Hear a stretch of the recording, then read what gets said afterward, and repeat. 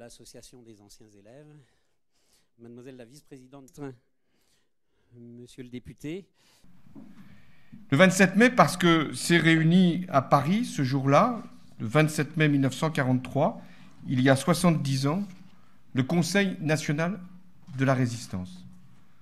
Conseil national de la résistance que Jean Moulin avait voulu constituer pour fédérer la résistance de l'intérieur autour du général de Gaulle.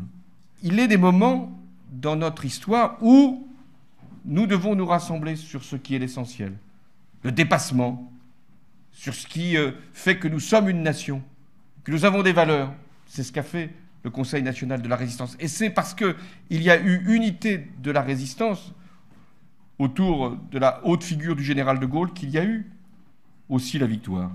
Nous devons toujours penser qu'un peuple, et le nôtre notamment, peut se relever de la catastrophe, qu'il n'y a pas de déclin, qu'il n'y a pas de déclassement, et que ce qui a été possible au lendemain de la Seconde Guerre mondiale, reconstruire le pays, le redresser, doit l'être encore à d'autres moments et dans d'autres circonstances où, convenons-en, les défis sont moins élevés.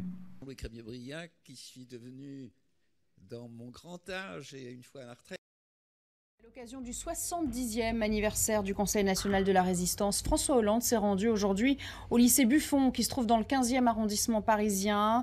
Des trublions se sont d'ailleurs invités devant l'établissement à cette occasion pour protester contre le mariage pour tous. Sachez que la police a procédé à une dizaine d'interpellations. On va retrouver sur place Delphine Guédard. Delphine, on reparle du programme du président qui a assisté en présence des élèves et de Daniel Cordier à la projection du téléfilm Alias Caracalla au cœur de la résistance.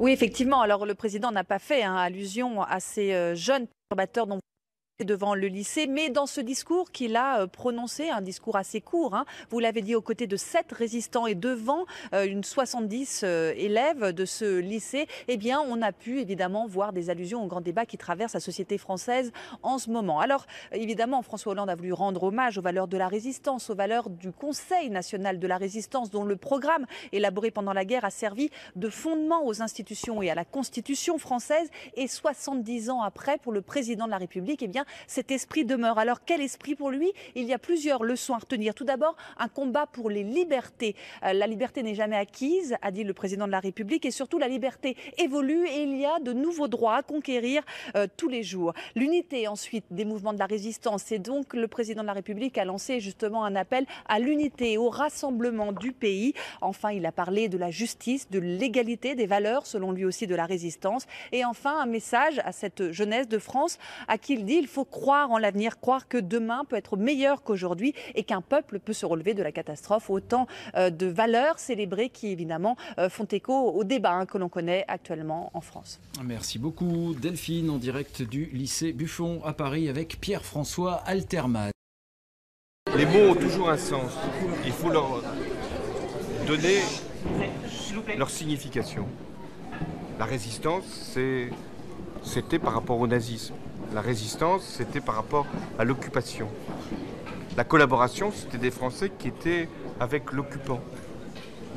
Et le fascisme, le nazisme, la dictature, c'était une époque qui, heureusement, est révolue. Donc nul n'a le droit d'utiliser des mots pour défendre des idées, si l'on peut appeler cela des idées, d'aujourd'hui. Parce qu'il y a un sens qu'il faut toujours rappeler de ces mots-là.